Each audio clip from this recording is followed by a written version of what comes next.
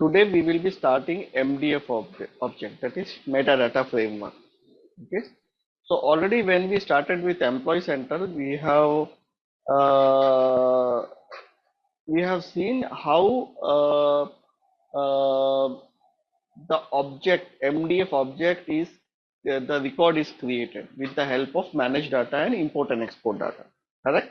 Yes. Where we go and create the legal entity, business units, right? First of all, we have to create a record. But when you see, for creating a record, those fields which are there under each object, that also has to be defined somewhere. If that is not defined, how you will go and create a record from managed data? Correct. So Yes. before migration, these MDF objects were also a part of FO, that is foundation object. And their fields were also a part of foundation object. That was the reason it was earlier defined it in the XML. Okay, that is in the corporate data XML, corporate data model. Okay, in the XML. After the data migration, after the migration of the object from the FO to the MDF, what SAP has done, they created a new object that is known as a metadata framework, and this object, whatever the object which has been migrated in MDF, we can able to configure those objects and the field from the front end system, that is from the instance system, rather going from the XML. Okay, so there is no dependency now to go into the provisioning and define the object and the field from the provisioning side. It can be defined from the front end system, that is in the instance system. Up to here it is clear? Yes.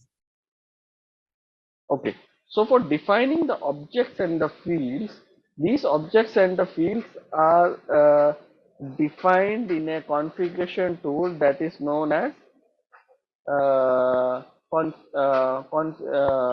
configure object definition. Okay, so configure object definition is a tool in the front end, that is in the instance, where we can able to define the any standard objects and the field in the front end system. Okay, so when we go into the instance system, we will have a more clarity. So I'm going into the instance, that is the front end system. And when I go into the instance, the configuration tool for going and seeing for any MDF object, either it is a standard MDF object or it is a custom MDF object, the configuration tool is configure. What is the name? Configure object definition. Okay, configure object definition. This is the tool which we are using for creating and maintaining all the MDF objects, both the standard as well as the custom one. Is it clear? Yes. So when I click on the configure object definition, it will take me to a page. And meanwhile, what I will do, I will also duplicate a screen and I will open manage data also, so that I can show you parallelly. First, we will go with an overview, then all the fields, all the tabs, we will try to elaborate in detail. Okay. So manage data is a tool, configuration tool, which we are using for creating the records. Correct? Okay. So here I can able to go and see for business unit, right? Where I can select any of the record for the business unit. When I will go and select a record, what all I can see? The start date, business area ID, area name, description, all these fields also I can see, right? Yes. Am I correct? Yes. Okay. So from where it is coming from the place that is called as a configure object definition. Okay. So once you log in into configure object definition, select the object definition here. And what is the object? Business unit, right? When you go and see, all objects will be there here, including the standard as well as the custom one. Okay, so here I will just try to type business unit. Okay, so when I go into the business unit, the screen you can see divided into various sections. So we will discuss on these sections. First I am going into the overview, make correction. Okay, so upper part we will have a discussion right now. Before going here, you can see there is a field section here, Yeah. right? So under the field section, when you go here, you can see the external code, name, description, effective date, it starts coming, right? Name, description, everything, it is start coming. The same thing here also you can see, it will be Yes. showing, okay, where you can see the ID, the name, description and everything, okay. So when we were discussing the XML, if you remember, XML was having HRIS elements and the HRIS fields, right? Yes. HRIS element, and I told you that each HRIS element and each HRIS field is divided into two parts, that is ID and the label, right? Yes. And we should not do any changes in the ID because that is a standard one. We can make the changes in the label. Same thing applies here also. Okay, when you go here, whatever the in the UI, that is when you see the record here, whatever the fields which you are seeing here, this is the label which you are seeing. Okay, labels for that particular field. Okay, not the IDs. So from where these labels are coming, when you go here, you can see it will start with the external code, name, description. This is the standard one. Means these are the IDs. Okay, these are the IDs which is showing here. If you want to see the label in front of this external code, can you see the details here? Yes. Click on the detail here, and here when you scroll down,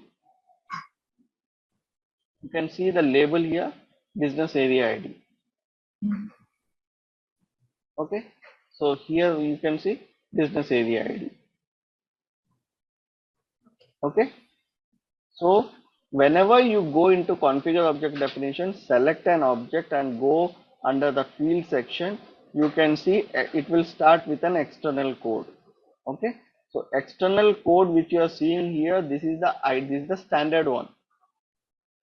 Okay, by default it will be coming in the system. We should not go and change it, but if you want to make any correction, we can do it the label part, because that is the same, that is the thing which will be reflecting in the managed data. Okay. Okay, now you can also see here it is a mandatory one, right? Business area ID.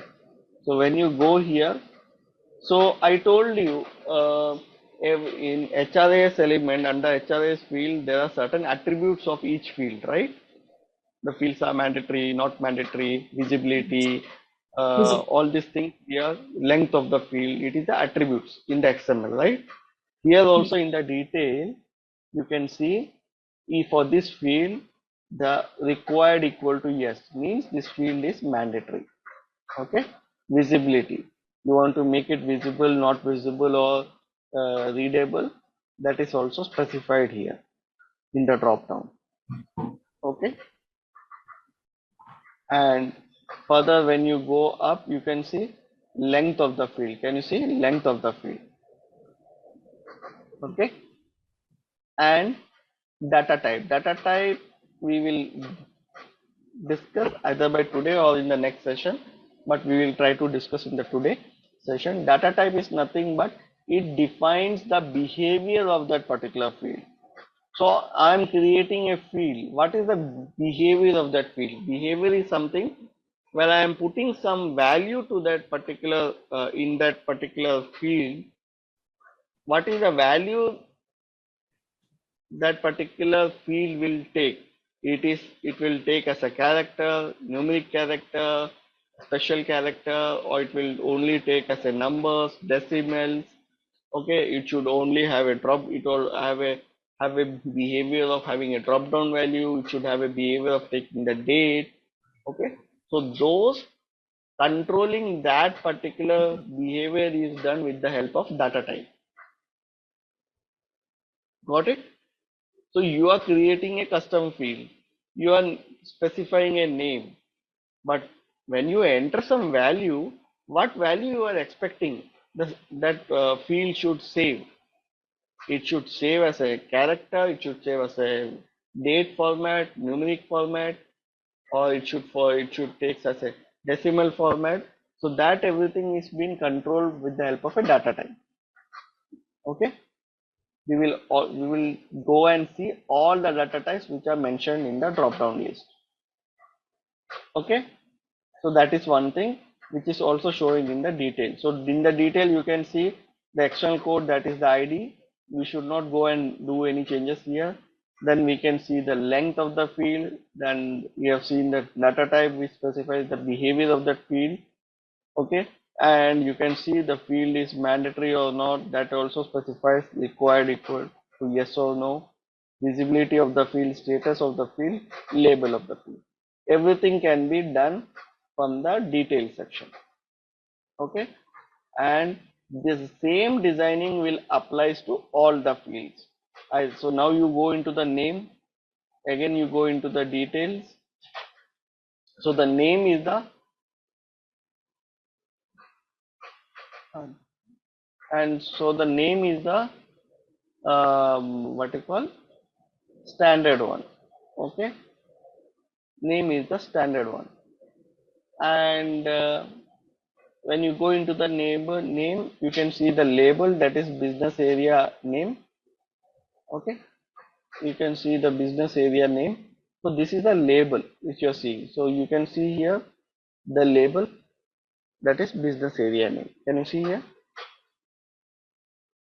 Okay, same, but the ID is the name, but the label here, what you are defining it there in the this one configure object definition in the details. So we have defined as a label business area name. Okay, got it? Okay, Yes. same thing applies to all the you can see here also the length of the field, then you have the required equal to mandatory or not, the visibility of the field. Okay, data type, again the data type will be there. Okay, all these things can be defined, maintained and controlled from the detail section of the particular field from the configure object definition. Okay, so external code, name, description, start date, all these things which is been showing here, this is the standard one, and the same thing which will be reflecting here. It is for which object? Business unit, right? And the business unit only we have opened here. You can see here business unit only we have opened here. Okay, so under the business unit, when you go to the field section, we can see all the details will be there. Okay, starting from the external code. Any questions here before going further ahead? No, but one question. In manage data, we have the foundation objects also, right? Managed data we don't have in the foundation object. Foundation objects only will be having in manage object pay structure. Okay, manage object. Fine. Manage object pay structure. These objects were there in manage object pay structure, but after that they migrated these objects from foundation objects to PF, that is to manage data. Okay, so manage data is only the MDF objects. Only MDF objects.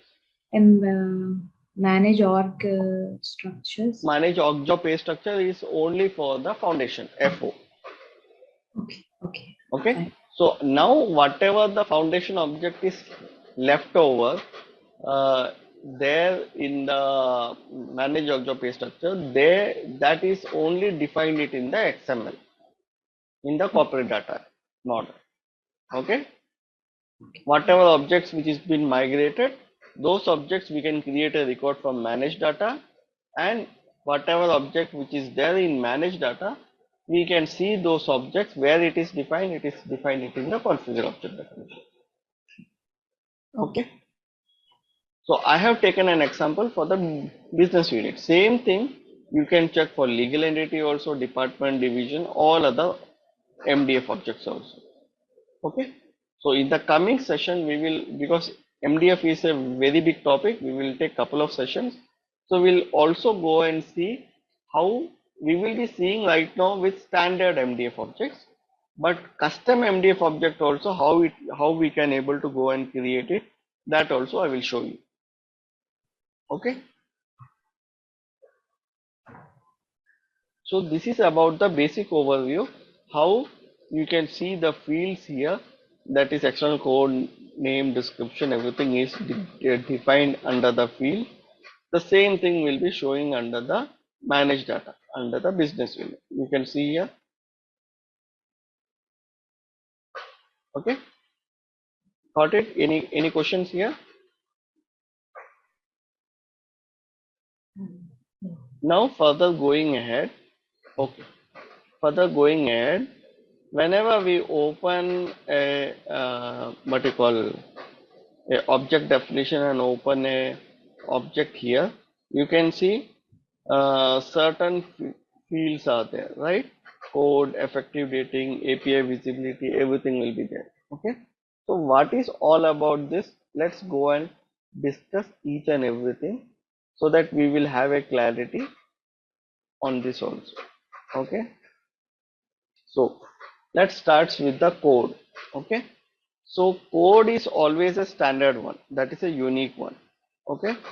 So when a code is being created or defined, and if you are going and creating a new code, those code will not be should not be the same which is already created in the system. Otherwise, while saving, it will give a error that this code already exists. Okay. Name you can label you can give anything, but the code should be the unique one. It should not be the same which is already there in the system. Okay. So this is the standard one, which is by default it is coming from SAP. But when you are going and creating a custom one, now when we are discussing all these fields, it will help us to understand what all things we need to go and take it while creating a custom MDF object. Okay. So code is the unique one. Now coming into the effective dating. When you come into the effective dating is what? Effective dating is a feature which will help us to create multiple records. You can create multiple records for a given particular code. Okay, for a given particular date. Okay, that is the purpose of going and doing for effective dating. So effective dating help us to manage and something like a track the data for an effective date. It can be a past date, it can be a current date, it can be a future date. Okay. Effective dating is divided into these other areas: firm, parent, none, basic, and multiple changes per day. Okay.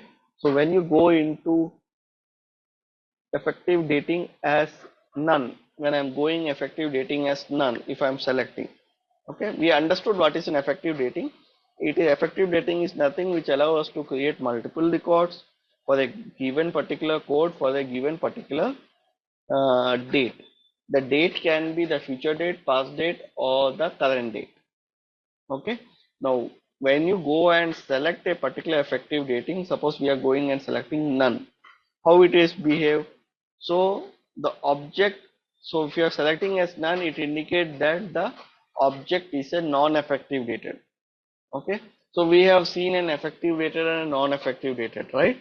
So non-effective dated is something where we cannot able to maintain the history. It will only give you the current date in the system. Okay, which is relevant. Okay. and it will not change time to time. Okay, something we can take an example of an object, something as an emergency contact number or a date of birth. Okay, where it will not change time to time. It will be something as a static one only. Okay, so in that case we will be going and selecting as none. Okay, is it clear? Understood the concept of none when we need to take? Yes. If we are going with basic, what is the behavior of basic if you are taking as a effective dating as a basic? So here if you select as a basic, it gives a opportunity to change the record only once per day. So choosing this option, when you choose this option, the record for the past date, current date, or the future date, we can able to change once once at a time. Okay, something we can take if you are taking a object, something where salary information of an employee. If that is a scenario, then we will going and selecting as a basic. When you see all the standard objects, the effective rating always it will be kept as a basic only. Okay, either when you go with any of the objects in the system, that is the standard MDF objects. Okay, now going into firm parent. Firm parent is something where we can call that it is something like a composite association. I need to explain to you what is a composite association. Okay, so to understand firm parent, we need to see how I can able to explain to you. If you are selecting the effective dating as a firm parent, it indicates that when you will go and select a firm parent. For that, assuming that you have created two objects, okay, two MDF objects. One is a parent object, one is a child object. Okay, so always the child object will be connected to the parent object. When you are associating the child object to the parent object, so at the time you have to, in the child object, you have to select the effective dating as firm parent because you are linking that child object to the parent object. So suppose in case if business unit is an MDF object and we have another parent object, okay, so how this business unit object will be linked to that another object, considering that this business unit is a child object and you are linking it to the parent object, then in that case from this object as a effective dating we need to take as a from parent. Okay, what is the benefit of taking the from parent is that when I duplicate the screen, when I go to an employee profile, let me go to an employee profile and show you when we have two objects how these objects are connected to each other. So I'm going into an employee profile.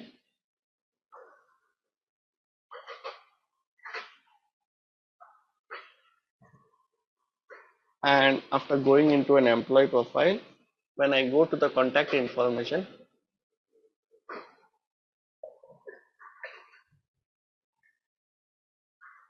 I can go to the contact information, or let me take, I can go to the address information. So when I go to the address information and when I click on the address here, let me take some date here. So when I am going and selecting a date, you can see some record is already created. Okay, these fields which you are seeing, this is the standard fields, and these fields are associated with which object? This is the object, right? Okay, this is the object.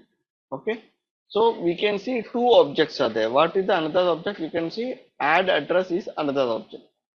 So one object is address, another object is add address. So this address will act as a parent object and add address will act as a child object.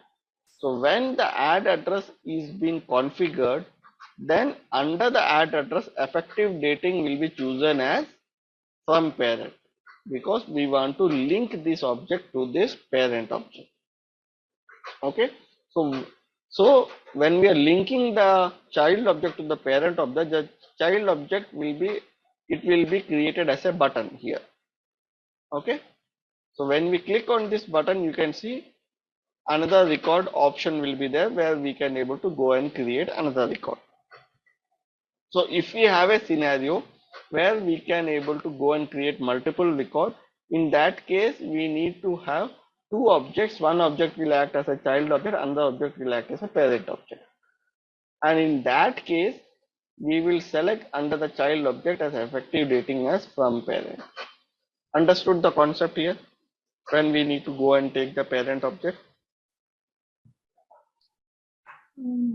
Okay.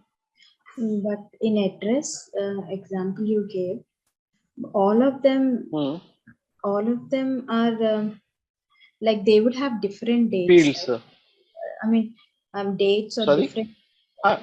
All of them we're creating like different types, right? Then they're necessarily not related to other. Sorry, I'm not getting your point. So in address, this address, so you have home address. Again, you can create office address and other some 3 types of addresses you can create, but none would be related to anything, right? I mean, we no need to relate them. None will be related to? And any of them will not be related to anything, right? I mean, like not necessarily they need to be related. Like home address not need to be related to office address. So then it is not necessary that it should be related to each other. The fields will be the same, na? So whenever you want to go and create, suppose you have an address here where this address was the old address, and now you've been shifted to the new address. Okay, so for a legal purpose also in the system, you will always have a historical record, right? If any issue happens with the employee and employee is unable to reach on the current address, the employer should have the old address also in place. Yes. I'm giving an example, but don't try to replicate on a practical way. If you want to replicate on a practical way, I can also give another example, but here the field it is not showing. We were also having one more option that is called as a work permit. Okay, or the work eligibility. So work permit also we will be having two objects. One is work permit, and maybe another you can have an add option of button where you have a. So if I want to give an example, work permit you have a, in the work permit you have an option that is document ID, where you are having a tenure time for the 1 year. Your 1 year has been completed. Now you have been moving into another on-site assignment.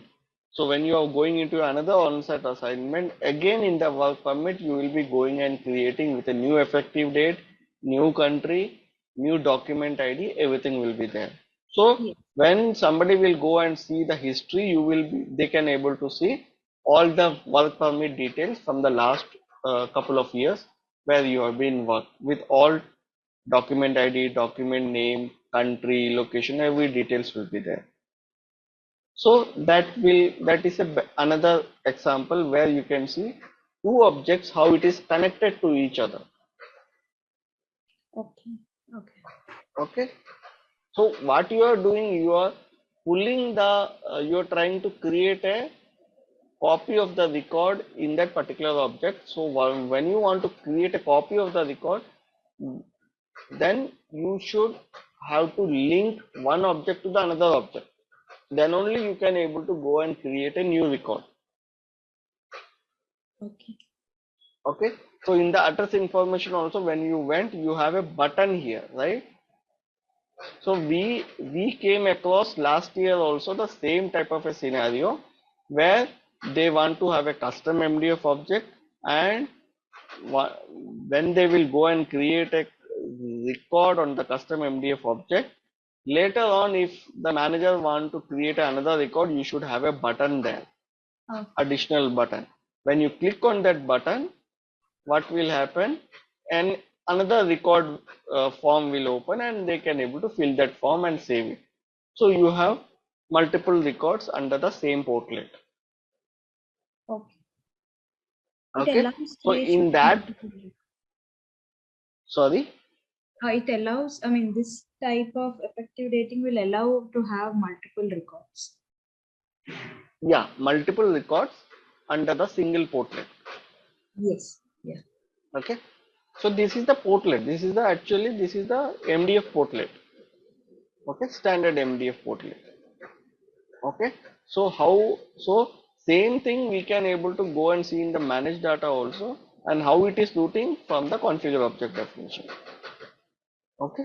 That is the reason when we are creating some custom MDF object, when we need to choose from parent, that we should have a clarity. Okay. If you are only going with a single object with no linking to the another object, we will be always going and taking with the basic. Okay.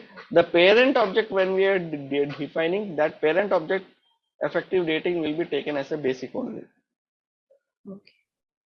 Okay. Got it?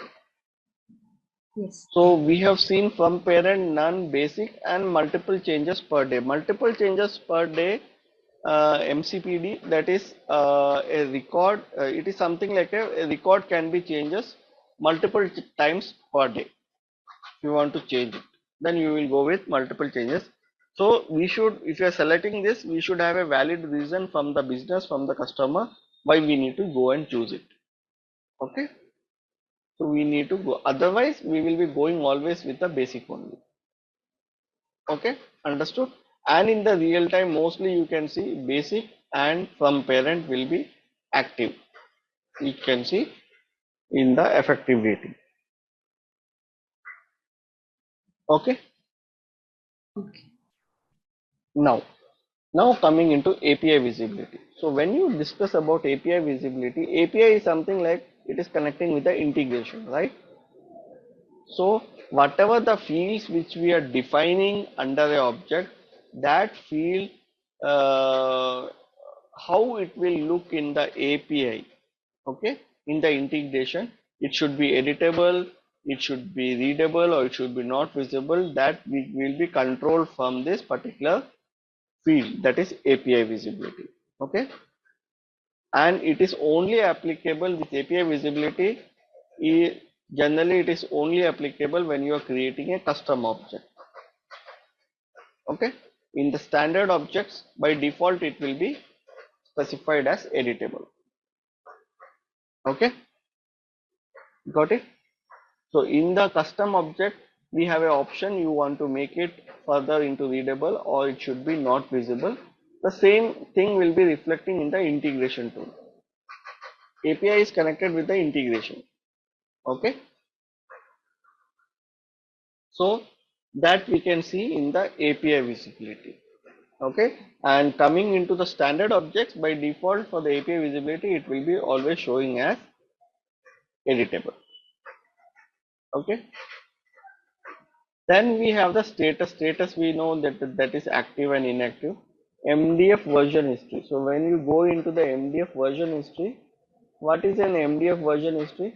It, first of all, this feature is used to capture the audit information that can be pulled into a change audit report. So it will act as an audit information. So you do some changes, do some modification, do some creation, or do some delete activity. Okay, all these things will be captured under the audit information with the help of a MDF version history. Okay, so by default you can see MDF version history, it will be always as a delete history. So here also you can see no selection, no will act as the same, delete history and a complete history. So what is all about this drop down? So if you are selecting something as a no or no selection, it indicate no or no selection.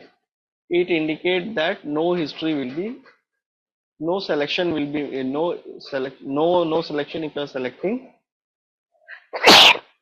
then it indicate that history record, no history record aren't been stored for any of the operation.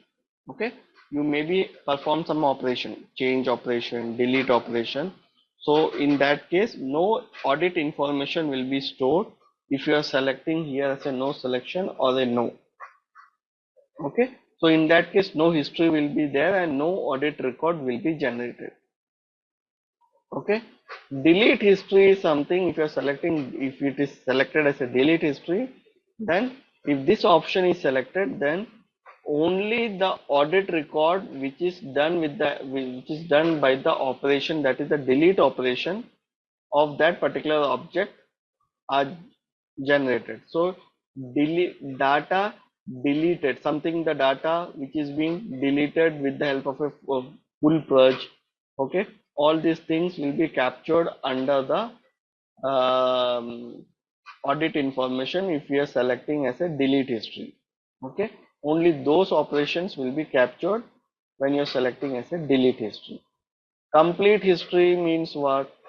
When you're selecting complete history, complete history specifies that if this option is selected, then if you are making some changes, any updation other than the delete operation also, whatever the changes which we are making, that every changes will be captured in the history, in the audit information, and that will help us to take the audit report. Okay, if you are selecting the complete history.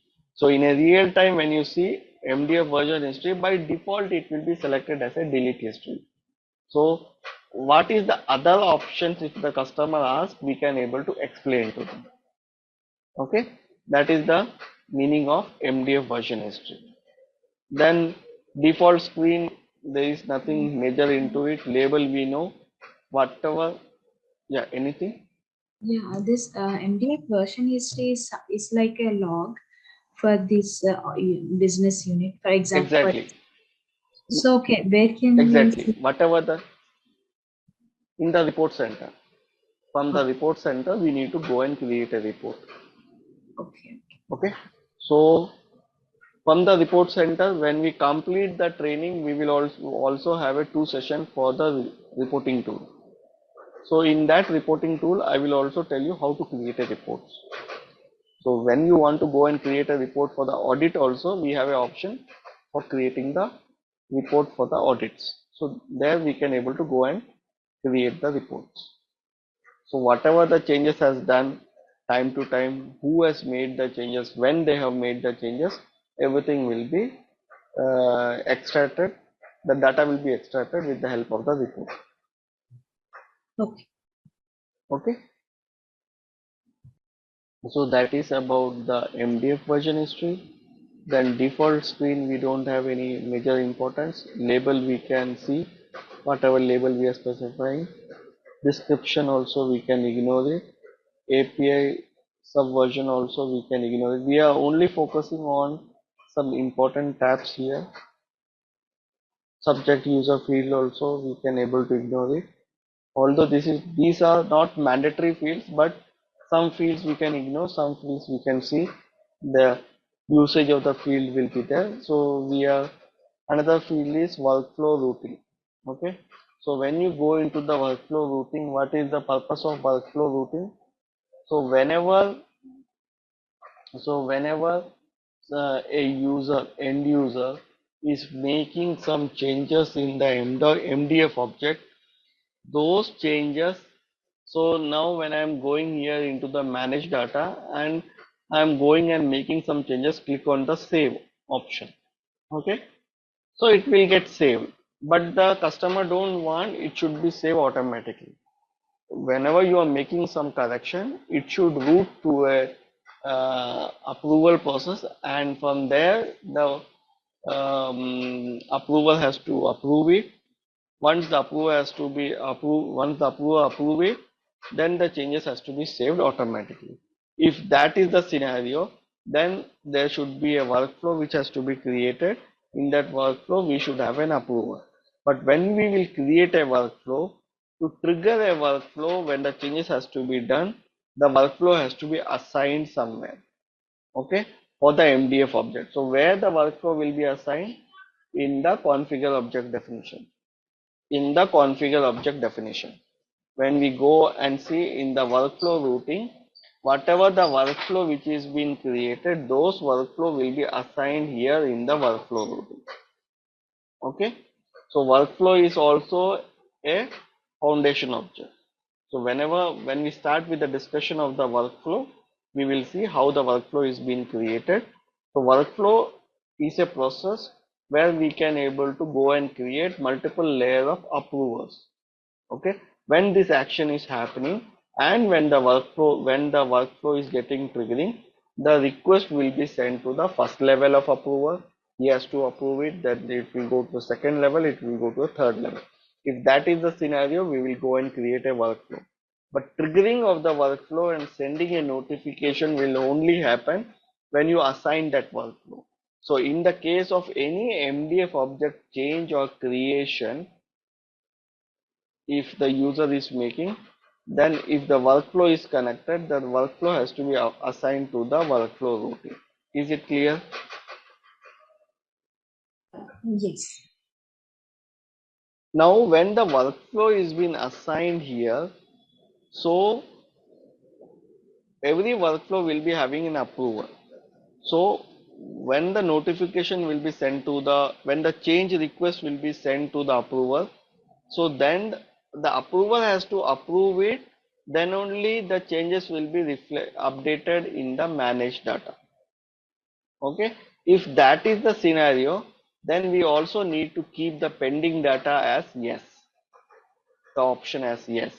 It indicates that pending data is connected with the workflow routing. So if you have a workflow routing and if you have kept the pending data as yes, then mandatorily that change has to be approved from the approver. Then only that will be updated in the system. But if you are selecting as no, means what? Irrespective of the approval, if the approver is decline those changes also, still it has to be updated in the system. Then we will keep this. If that is the scenario, then we will keep this as no. Okay, so something, if the data updates can be made, okay, mean to say that the updates can be made without any approval. So if the approval is, if there is no approval with the help of the workflow, then in that case we will be setting the field as no. Okay, so that is the reason pending data is connected with the workflow. Okay, although it is not a mandatory field, but when you go here, by default it will be kept as yes. And if there is some workflow, we can assign the workflow in the workflow routine. Okay, is it clear? Yes.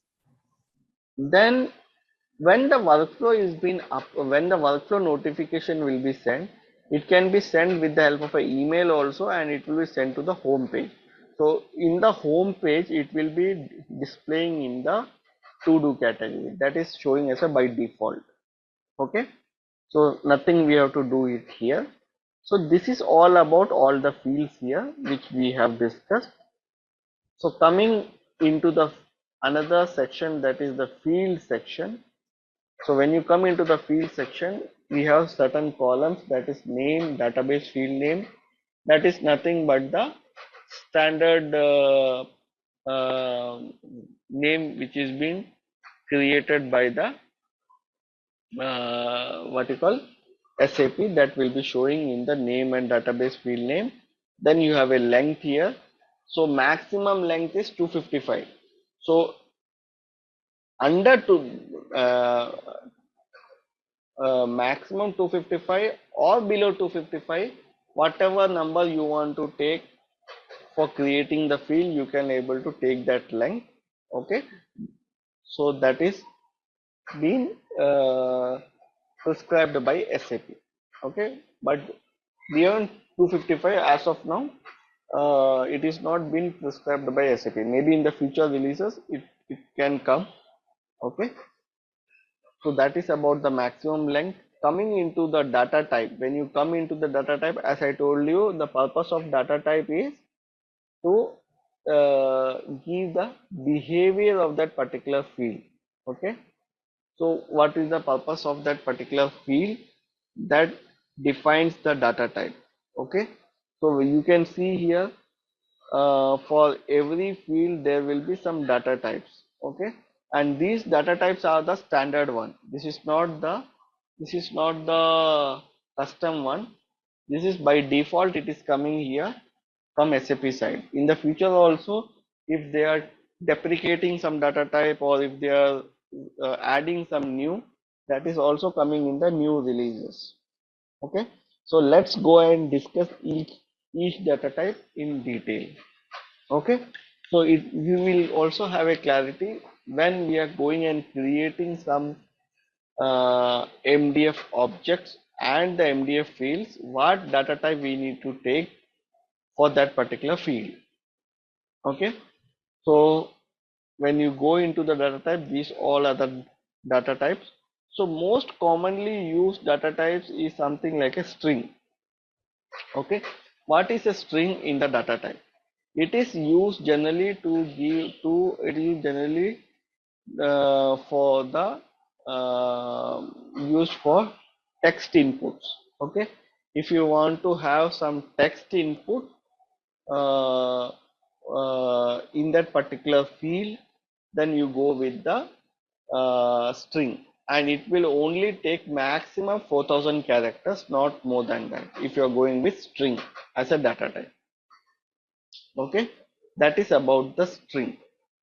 Okay, but if you want to go more than 4000 character, then we have a same string like another data type that is called as CLOV. So CLOV we also use as a text input field, but if in this case it will take more than 4000 characters. Okay, is it clear? The difference between the string and the CLOV. Any questions here? Yeah, it's clear. Okay. Okay. Still any query in your mind? No. I mean, these are the same data types we usually use in SAP. So, Okay, fine. So same thing, we can go with another one is the numbers. So when you go with the number also, so number also it stores the integers. This starts with the allows for the 0 to 9. So if that is the thing, we can go with the data type as a number. And we also connecting to the number, we also have auto number. Auto number is something which already is a number list will be stored in the system, and from that list the value of the number will be picked for that particular field if we are selected the data type as a auto number. So this is generated automatically by the system, and it will be always this. When you're selecting auto number, then that particular field value will be always in a readable mode. It will not be in a editable mode. Okay, that is about number and auto number. Then we have decimal. Decimal also, where is it also stores the decimal number. This is the decimal. Okay, and here also it always stores the decimal number, which will be used with the commas or decimal point as a decimal separator. Okay, then we have another called we have this boolean.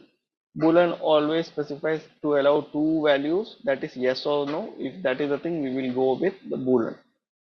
Okay, then we have date. That is another data type. Date is used to store date as a date picker. So when you go and see the start date and end date here, you can see here when you go to the next collections, and when you go and see here the date, when you click on here, this is the date picker as a calendar. because the behavior of the field, the data type which is being chosen as a date. Okay, so that is the purpose of date here. Okay, then we have another data type that is known as a pick list. Okay, pick list are nothing but the drop down values. It is so when you have some drop down values, it is already predefined. So those predefined values are stored under a feature called pick list in the success factor. Okay, so when you are creating a field and that field you want to map with a particular predefined value, so those predefined value has to be defined it in the pick list, and we need to map that pick list with that particular field, either it is a standard one or it is a custom one. Okay, so that is the purpose of pick list. Okay, so when you go here, you can see here there will be some standard drop down values which you can able to see head of the unit. Okay, here it is not mapped.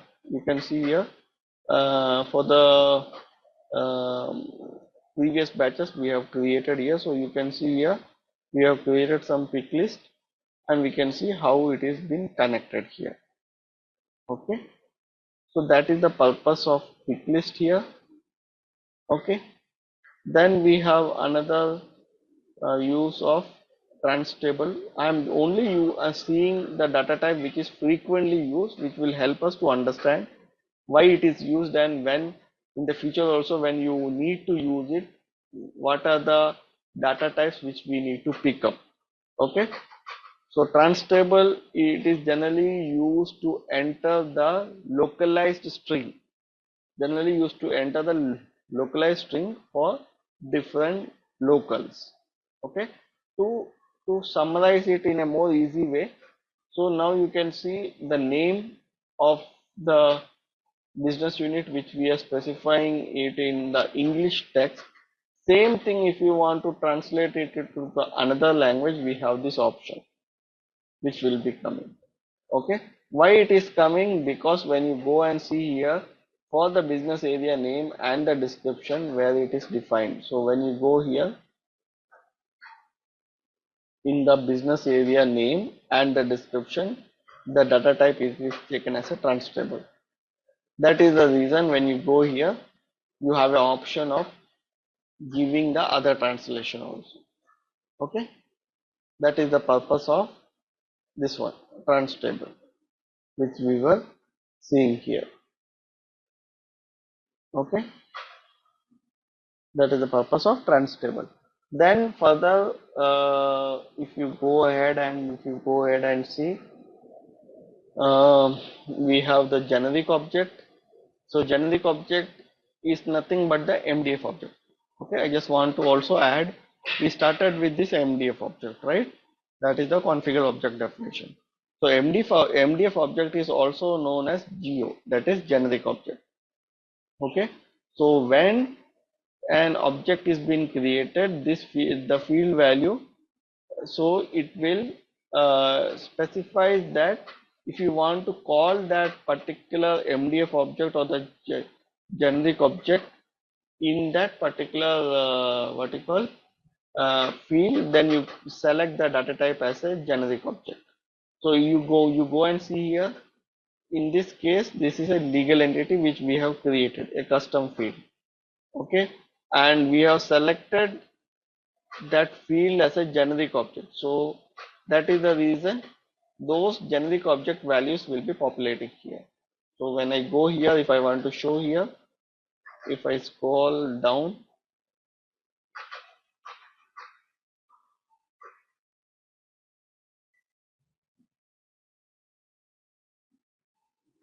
I think I have removed it or I'm not sure about it. Okay, this we can, because this is something, this is the association which is getting populated, I think. But when you go and create it here, we have an option of going and creating the custom one. I will show you in the coming time how we can able to go and create it and there we need to go and select the generic object. So generic object is nothing but the MDF object. MDF object is what? This one, which you are going and seeing all the MDF objects. So when you are going and selecting any of the MDF objects, you will be finding a code here. This is the code, okay? And the MDF object is also known as a generic object. So when you want to map a generic object to a particular field, then in that case, you will select the data type as a generic object. This one, I will show you how it will work, okay? Then in that case, we will go and select a generic object, okay? Further, when you go and want to select an MDF object, what is the purpose of MDF object? So you are creating a field, but the value of that field you want to get it from the foundation. For example, for the generic, I am creating legal entity as a field name. So I want the value of that field should come from the legal entity. So I will select as a generic object. But if I want the value of the field should come from the foundation, then I will select the foundation object. So for foundation, where the value it is maintained in manage org job pay structure, right? All the record values are maintained in manage org job pay structure for foundation. For MDF or generic, where it is maintained? It is maintained in where it is maintained manage data, right? Manage data only it is maintained, right? For all the legal entities, business unit, right? Yes. So in that case, we will be going and selecting. You are creating a field, but you want the drop down values of that field should come from the generic object. Okay, it should come from that particular. You should take the values from the business unit, or you should take the values from the department. Then in that case, we need to understand what is this business unit department. This is nothing but the generic object, MDF object, right? So where is this MDF and generic object is defined? Actually, it is defined it in the configure object definition, correct? Yes. Correct. Similarly, when you are going and selecting foundation, where these values it is been defined, actually it is been the record is being created where in manage org job pay structure, correct? But where it is defined it in XML, correct? So when you are selecting that object also, we need to define the code, okay? So when you go here into the details, you can see you have an option here to select the foundation object or the generic object. So when you are selecting a foundation object, system also want to know the code from where these values will be coming, okay?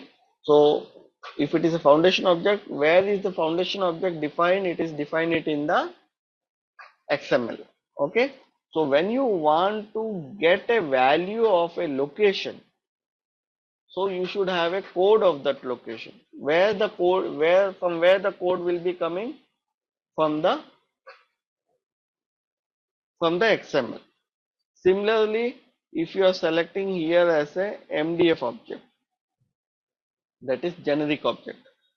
Now you are mapping the data type as a generic object, and you want to have the value of the generic object, then you also need to map the code valid value source from which source the value is coming, okay? Then in that case we need to specify the code here, okay? I will show you how we can able to go and create, okay? That is about the generic object and the foundation object which we were discussing in the data type, okay? Got it? Yes. So there is no radio. Any other questions? Then sorry, There is no radio button. Data remote. We usually have radio button option is okay. radio button option is not there in the data type. Okay. Okay. And coming to that, we have attachment also. So if you want to have, if you're creating a field and the field should have an attachment option. Okay. So when you create a field and when you see it in the front end, the field should have an option where somebody can able to go and attach a document. Yeah. Okay. Then you can define that as the attachment for that particular. Okay. How that particular field will behave it. Okay. Okay. So Yes. this is about the data type which we were defining, and detail part we have already seen that in the data type, whatever the data type which we are selecting, we also need to select the particular source wherever it is required. Okay, that is also one thing. And another thing is the field is mandatory or not, the visibility of the field, okay, the length of the field, okay, all these things we need to define here. And also the label of the field also need to define, that is also one thing. Rule section we will come up when we will discuss about the business rule, what is the purpose of the rule.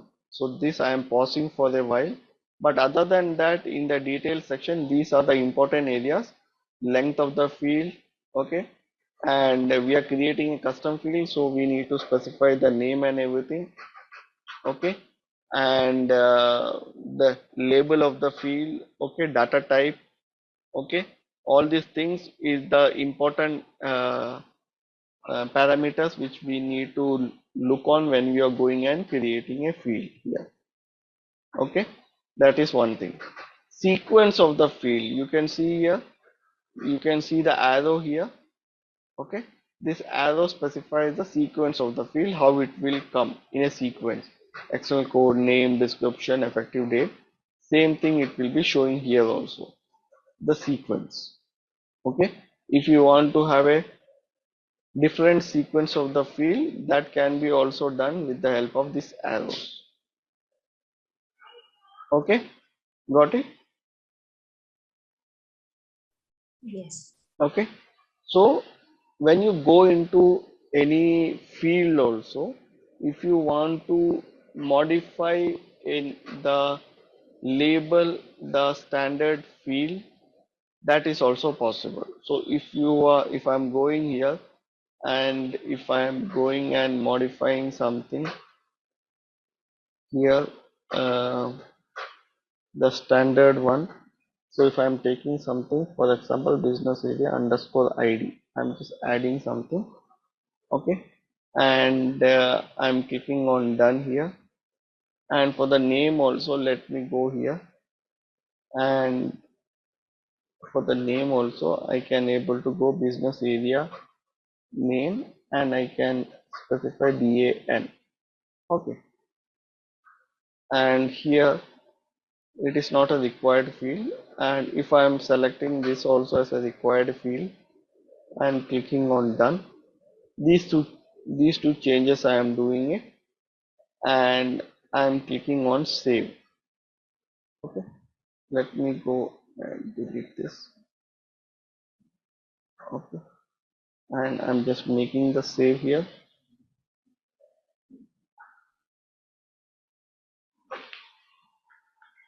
So it is saved.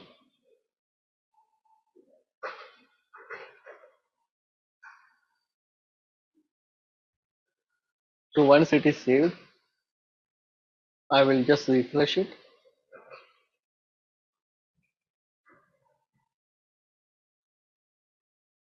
Now you can see the change in the label also has changed. Can you see here?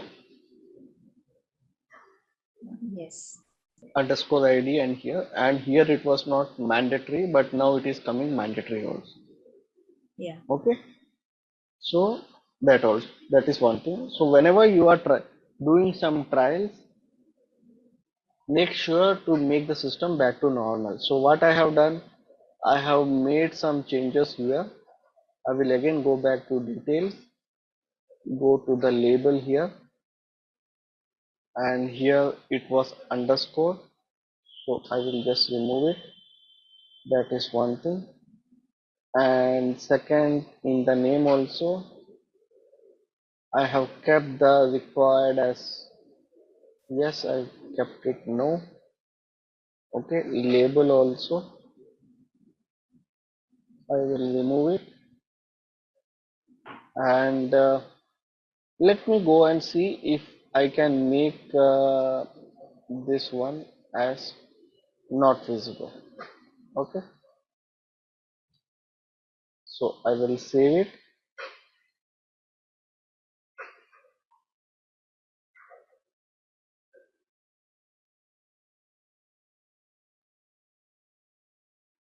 Okay, now again I will go and refresh it.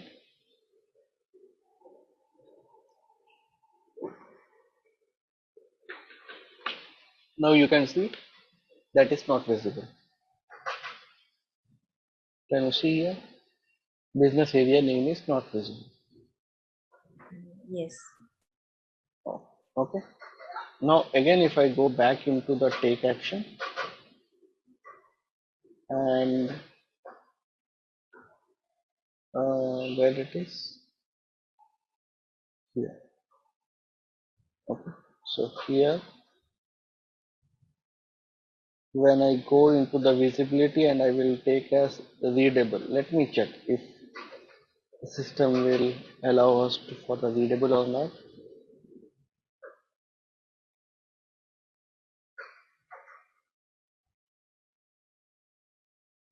Okay. And then I will just refresh it.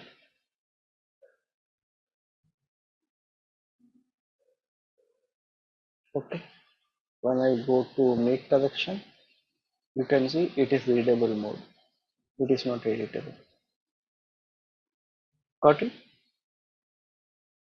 How we can able to work on each area, each um, attributes. Yes. Any questions here? No. Still. Okay. So again, I will go back into this. How it was there earlier, I will make it back to normal. I'm doing some trials. It is working successfully. I will go here. And further what I will do, I want to create some custom field. Let's go and create a custom field. So for business unit, right? So business unit, let's uh,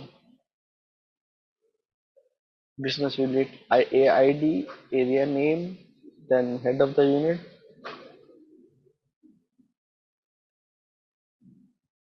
So let's go and create something.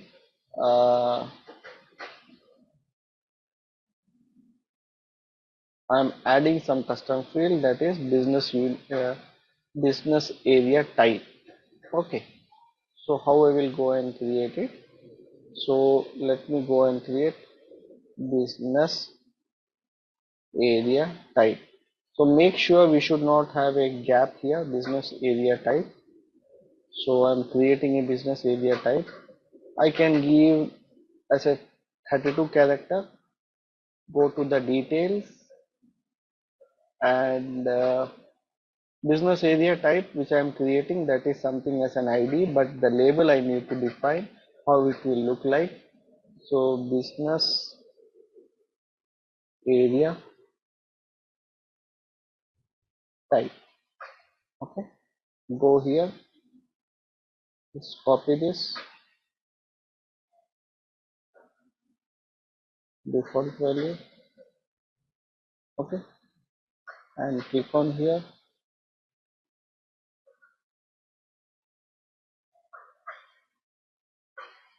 Okay, and then I will click on done, and visibility, let me check if it is editable. Yes, editable. Okay, and I can able to go and save it.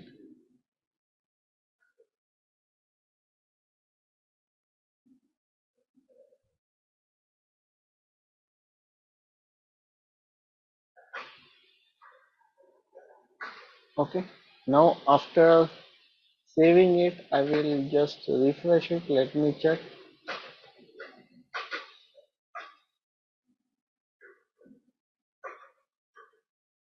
Business area type, it is showing here. Can you see here? Business area type. Yeah. Yes. Okay, now this business area type, either you can give something as a manual value, that is also fine. But if your customer wants something also should have some automatic value. So uh, uh, let's take uh, some predefined values. So for getting some predefined value, I need to go into a place that is called as a picklist center. I will go and discuss it in more detail, but let me go and create some picklist value. So let me see if I would have created something in my earlier class. Business type. I have business area type. I have created something, it seems. So what was the business area type? Okay, these are something south, north, west. I have business area type which I created. So what I can do, I don't need to create anything. Already I have some predefined values. These are some predefined values. I need to do the mapping of this value. Okay, how I will do it, the mapping of this value? So I will go back here. I will go to the make correction. Okay, and I will go to the business area type, which you can see here. Go to the details, select the value that is pick list value. Okay, what is the value source? The code I need to copy. So I need to go here, just copy this code. Okay, and go to the object definition, paste this code here. Okay, so doing the mapping, and just now you can see it has been changed to pick list, and we have copied the code also, and we can save it. Okay, it is just a confirmation. Please go ahead.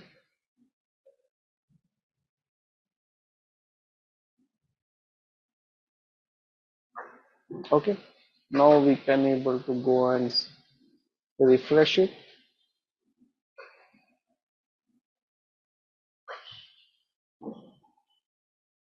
Okay, now I will go to the make correction. Let me check if I have some drop down values. Business area type, you can see the drop down values will be coming. Is it clear? Yes. Yes. Okay, this is something how we are creating a custom field and how we are adding a predefined value with the help of a pick list. Okay, so again I will go back here and go to the make corrections, scroll down, and let me delete it.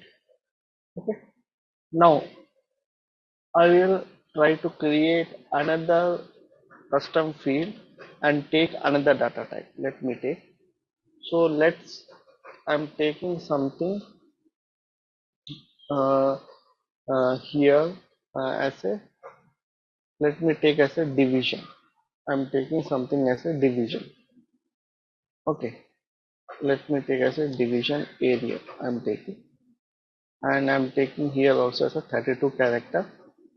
And this division area, I need to have the value which should come from, I need to have a value which should come from the generic object. So let me take the generic object here. Okay, so when I'm taking the generic object, I should again have a value for that valid value source, the code I should have. From where I will get the code? Where division is a what? Division is also an MDF object, right? So MDF object is also define it in where configure object definition, correct? So I can search division here to get my code here, correct?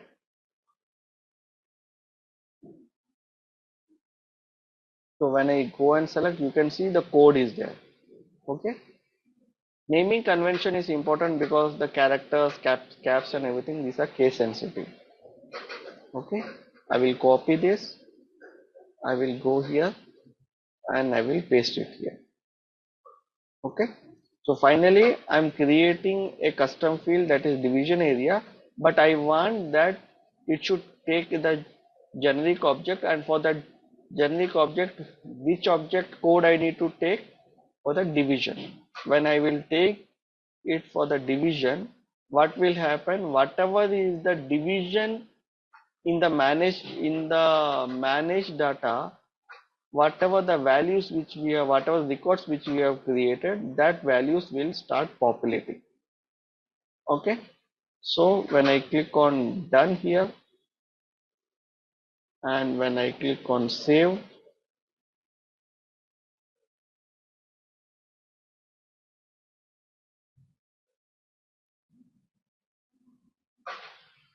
okay, so I have done something where I missed something. I created the division, but I have not updated the label. Okay, that only it is saying that it is violating. Okay, so go here and again go and save it.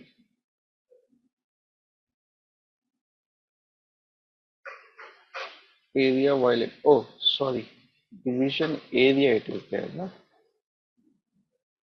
Division area. Just a minute. Division area. Okay.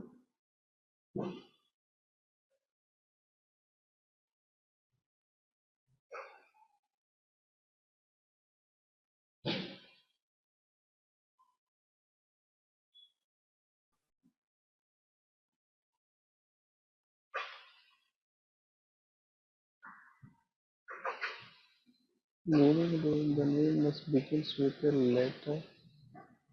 Begins with a letter. Or may contain alphanumeric character underscore. Okay. I don't know why it is taking, but let me.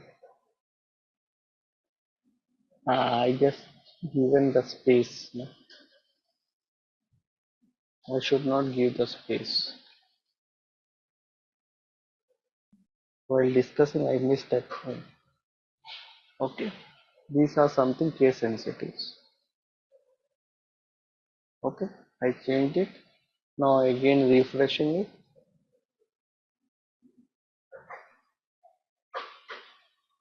Now again you can see division area. Okay. A new custom field. When I go into that field, the values are coming from where? From the division. Okay. So when I duplicate this screen, if I want to go, sorry, I just refreshed this. If I want to go and see the field here, suppose if I'm selecting something as this one, okay, division area. So from where this field is coming. So if I will go here,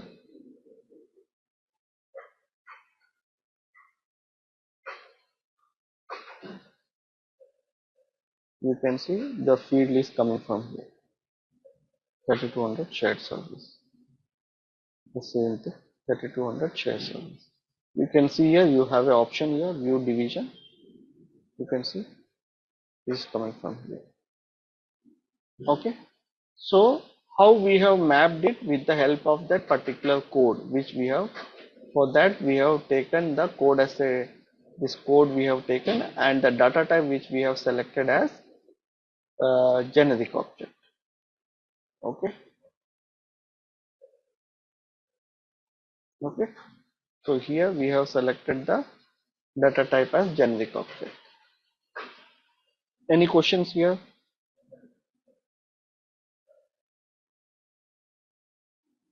No, it's clear. Is it clear how we can create and work on various custom fields under the MDF object? Yes. Okay. Yes. Same thing. I have taken an example for a custom MDF object and added some pick list values. Similarly, I also done for the generic object. You can try also for the foundation object. So foundation object, suppose if I am taking the foundation object, here also we need to take the code. Okay. So for how I will go and take the code, suppose if I am taking something as a location area. Okay. Let me go and take. I'm not giving any space and 32 character. And here I am taking the name label as location area. Okay. So now for I need to have the value from the foundation object. For that I need to get the code. From where I will get the code? Location is define it in where? It is in the data model, right? Correct. So in which data model it is defined? It is defined it in the corporate data model, right? So when I will open the XML, let me open the XML and I will share it to you. You can see. Okay. So now in the XML, because this topic which we have already covered earlier, so I will go to the location. Where is location? Now this is the location, right? So code is nothing but the ID, right? Label, it is a location, but here you can see the ID. Okay. So I will copy this because this will be the code for me. And again, I will go back into my system. And here is my system visible. Yes. And I will paste it here. Okay. Okay, the code, because for the code only I went into the XML. I will go there and I will click on done and I will click on save.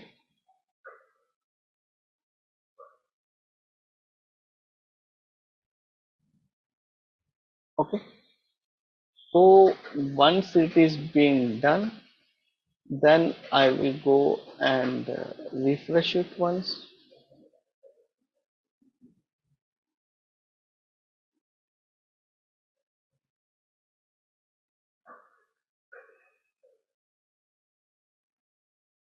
Okay.